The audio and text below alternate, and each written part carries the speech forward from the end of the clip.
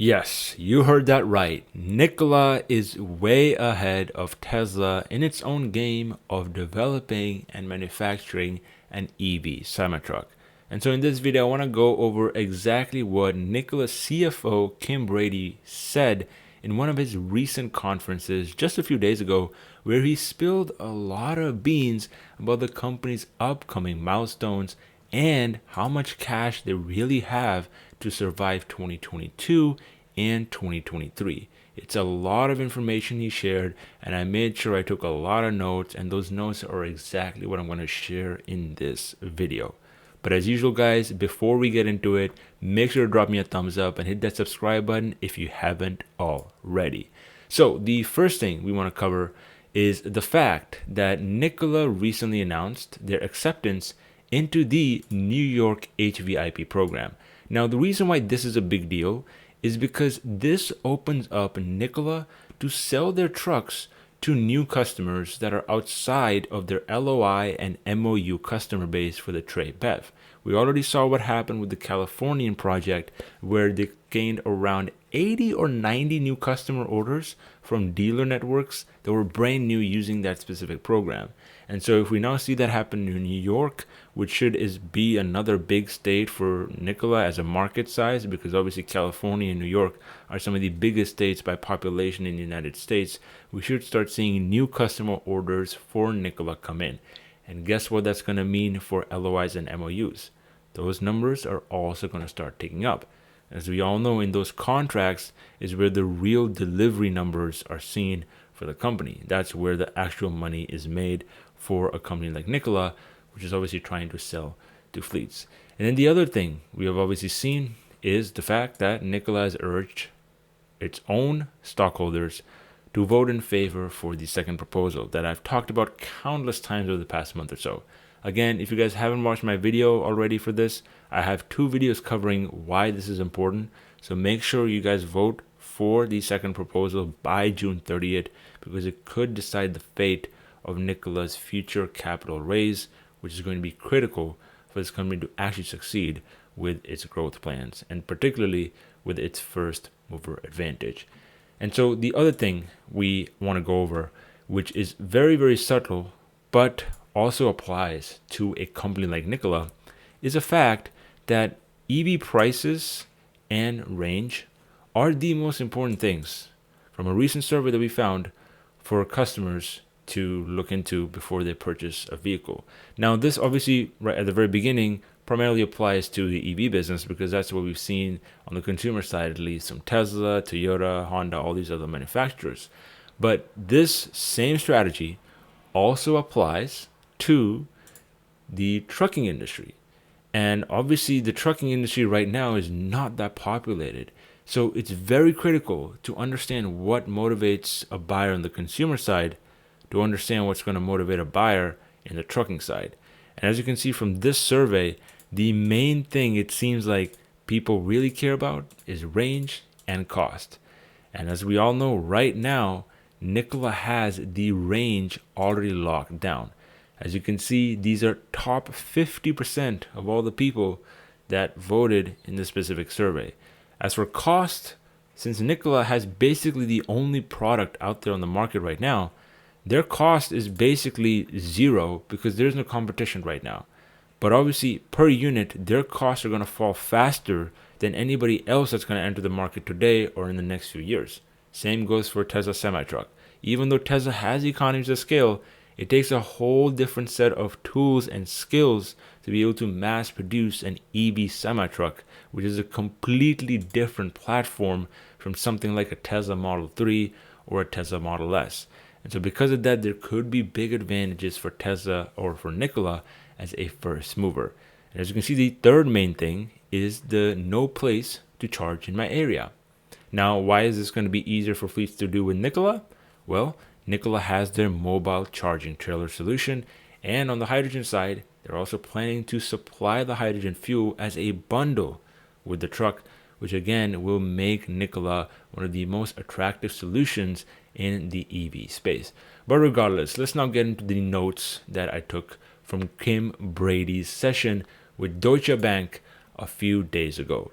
So The primary thing that Kim Brady mentioned were production updates, cost reduction updates, and financial updates regarding the company's cash position and their liquidity situation. So starting off with the production updates, as you can see, the current rate that trucks are being built in the Coolidge facility is 2 jobs a day or 2 trucks a day. Now, in April, it was 1 truck a day, but now it's ramped up to 2.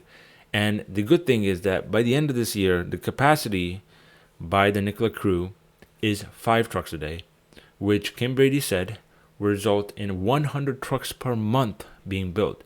If you multiply that by 12, that results in around 1,200 trucks built per month, which is well over north of, I want to say, $300 to $500 million in net revenue for the company at an average selling price of $300,000, which is obviously much bigger than what the company is going to do here in 2022 with their 500 truck deliveries. But regardless, that is obviously going to be in the future, and that is just a normal part of the ramp-up process. So in my opinion, this is no surprise, but it's always good to see some sort of clarity on that specific segment. But as you can see, the more important part here is that he did say they're facing some issues with the current battery supplier, which is Romeo Power. Now, Romeo Power is a pretty sketchy company, if I'll be honest. Their stock has collapsed to penny stock territory, and they're probably going to get delisted from the markets very soon here. And I don't know if it's the company's problem in the form of Nikola's design, or if it's a raw materials and supply problem from Romeo Power that they're not able to build the packs. But Nikola have said they've sent engineers out to Romeo Power to be able to optimize those packs better for the Tre BEV production. And they've said that so far, at least for all the units that have been filled, the orders that have been filled, this specific issue has not affected them. But again, Nikola is working closely with that. But the good thing again is we know that Proterra is going to supply Nikola's batteries in the second half of this year, which is a significantly more well-established company than Romeo. So again, I think that should play very well in the hands of Nikola's stability over the next year or so. And as you can see, the supply chain issue is a pretty big problem. But by the end of this year, Kim Brady has said that we could start seeing the balance tip over, meaning supply and demand will become more flatlined, which is good. That's not going to mean that costs are going to come down, but it does mean we're going to be at an inflection point where costs could start coming down. But regardless of what happens, he did mention that Nikola has a whole team dedicated to making sure that key critical components are monitored for their current units to be able to reach that 300 to 500 truck milestone by the end of this year, which is obviously going to be the most important catalyst for Nikola, because if they get that done, I'm going to guarantee you that Nikola stock and their equity will start to go up significantly, because people will see the Nikola as its real competitor in the EV industry in a market that is completely open. As you can see, following that, we have around 2,300 trucks worth of battery cells secured, which is again great. And the most interesting part is that 134 Tre BEV purchase orders have been issued to dealers so far. So all those Twitter posts that you see from Nikola are actually these purchase orders getting filled.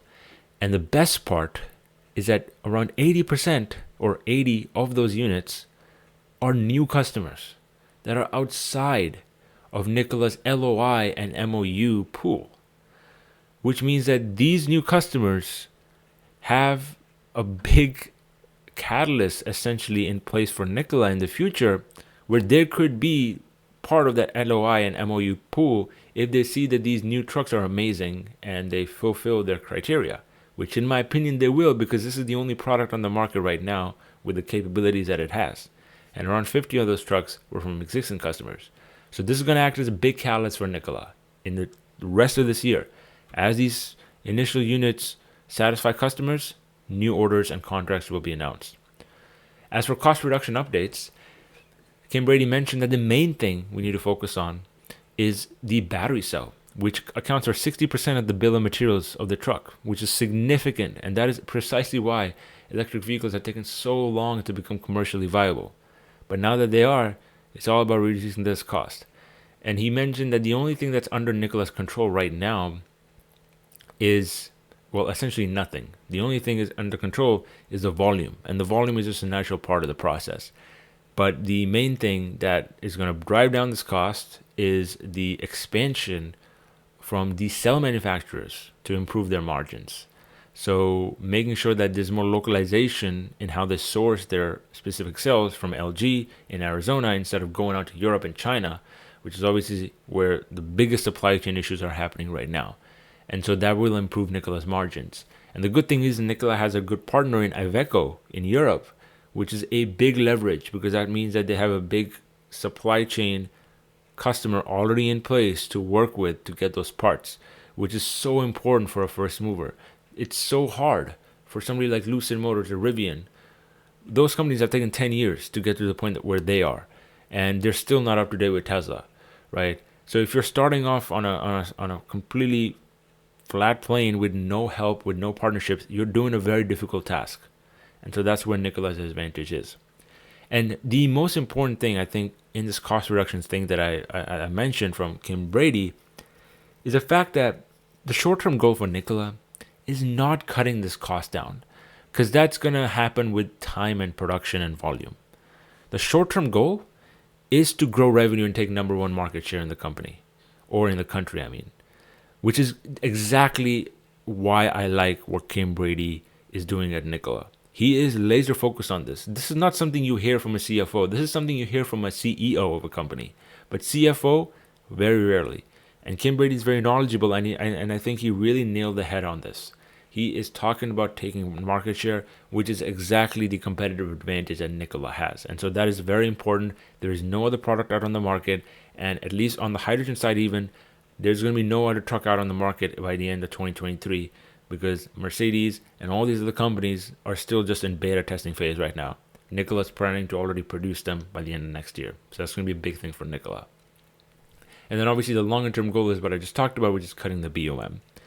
And then he also mentioned that you might have read this article that Kim Brady was talking about in-housing the production of Nikola's trucks, or they're not their trucks, but their battery cells.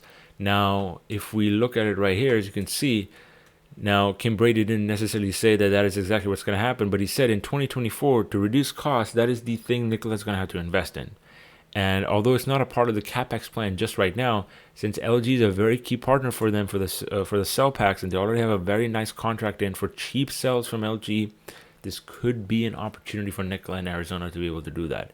And obviously, we are already starting to see a massive influx of support from Phoenix in Arizona to build more electric vehicles. And in my opinion, this is going to play well in the hands of Nikola. The council held the event in Nikola's headquarters, as you can see. So that clearly right there is already a very big accomplishment for Nikola Motors. And as you can see from there, on a financial perspective, right now they have around 800 to 900 million in cash liquidity, which in my opinion is plenty for this year. But obviously Nikola can raise money through either an ATM or another convertible bond, which I think should be easy as the market recovers and going to the end of the year. But the good thing is that Kim Brady's goals are clearly aligned with the shareholders, because he said that the plan is to minimize dilution and optimize the cash position for each quarter for when the stock market improves. He's saying that Nikola does not want to plan to dilute shareholders when stocks are so low. It makes no sense, because the market is not valuing this company at anything. It's when the market starts rallying and we start seeing some relaxation in the venture capitalist world is when it's going to become easier for the company to raise money, and it would make more sense for the current shareholders. And I think that is exactly what a company like Nikola should approach this whole strategy with, of raising money. But yeah, so far these are the main updates that I've seen from Kim Brady's conference at Deutsche Bank. I think this was overall a fantastic acknowledgement of Nikola's progress. We heard a lot of stuff in the earnings call, but this stuff right here is definitely a lot more important in my opinion, and it really just shows a lot of the progress that this company is making. But anyways, guys, make sure to drop me a thumbs up if you found some value in this video. Let me know down in the comment section below your guys' thoughts on what the notes said here from Kim Brady. You guys can watch the conference on the YouTube channel and also on Nikola's investor webpage if you guys want. But anyways, guys, I hope you enjoyed this video, and I'll catch you guys in the next one. Take care.